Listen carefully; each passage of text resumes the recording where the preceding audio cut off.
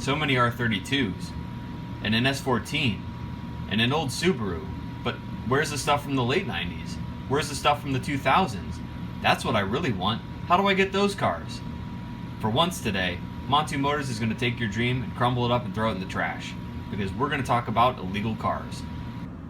I mean, the R32 is cool and all, but I really want an R34. Yep, we've heard that so many times we can't even count. But I've seen people on YouTube that have an R34. I've seen people at car shows with an R34. How did they get it? You're telling me that car is illegal? Well, yes, we are actually. We did a video previously on the 25-year rule, explaining a little bit about why a car has to be 25 years old to come into the US. Sometimes people don't want to wait for the future to come. They want their dream car right now. Even if it's not 25 years old, there's got to be a way to get it here, right? There's got to be some sort of a loophole or clause. Well, is there? There are very rare circumstances where a car like this can come into the US legally. This car in particular is an R34 V-Spec 2 NER Edition. What does that mean? Well, basically, it's a special edition that would become exempt from the 25-year rule and can come over as a show and display car. There are very few cars that apply for this, so unfortunately your basic S15 or even just a general R34 does not qualify for this. We're not ones for shoutouts, but there's a good YouTuber out there that did a video on this particular car and talked about how it was available for show and display because it's such a limited production special edition model. But just for references, you've probably never seen one of these in your life. I certainly haven't. And that just goes to show what kind of a special car it needs to be in order to be available for show and display. Some people may also ask, great, so I have a show and display car, so when it's 25 years old, I can automatically go ahead and just register it like any other car, right? Wrong. If you have a car that was brought over under show and display, and it becomes 25 years old, you can't just turn it into a road car. It has to be exported and then re-imported into the country. Sounds like a huge pain, right? Yes, it does. But that S15 though, there's gotta be a way to get it here in the US, right? What about as a track car? That's gotta be possible, right? What if I only want to use it for track use?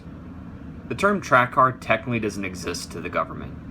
They don't really acknowledge a track car or something that's just going to be used for that purpose. So unfortunately, there's really no loophole that lets people bring over a car for that purpose. The actual term is a race car.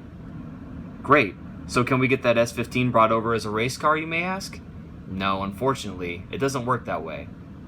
The proper way to do it is to get a letter from the manufacturer stating that this car was indeed built purposefully as a race car. Do you really think Toyota is going to do that for their JZX100 Chaser family sedan? We think not. Also, a true race car, when brought over, can either be brought over for 1 year exactly, and then has to be exported again or destroyed, or it can be brought over permanently as a race car, but only as a race car, meaning if it's used for road use, you can potentially have the car seized, crushed, and you'll get fined or thrown in prison, or all of the above. The same would apply for show and display as well. If you break the rules and the car gets seized, you're in for a bad time. Oh God, why would someone do that to a car? Oh man. As I was saying, so how do many of these cars get into the US? Are they really illegal? Well, yes they are, unfortunately. We're not going to talk about how people do all these random tricks to cut through the red tape or get these cars here illegally. But sadly, it's something that does happen, and it's really a lot easier than you think. And many people have posed various arguments. We know, there's plenty of things here that really don't quite make sense. It's just a car after all. How can it be that bad, and how can it be so illegal to own something that's really just a mode of transportation? But it is what it is, and we didn't make the rules. We just have to follow them. But in some ways, there is a bright side. It does give you something to look forward to in the future when these cars do eventually become available. And every passing month and year allows new cars to be brought into the US. Just look at all the great stuff that we currently have. The R32 GTR, the S13 and S14 Silvia, the Evo 1 and 2, the GC8 Subaru Impreza, the ST185 and ST205 Celica GT4, and there are many more like it. Those are only a handful of the great cars that can be brought into the US legally.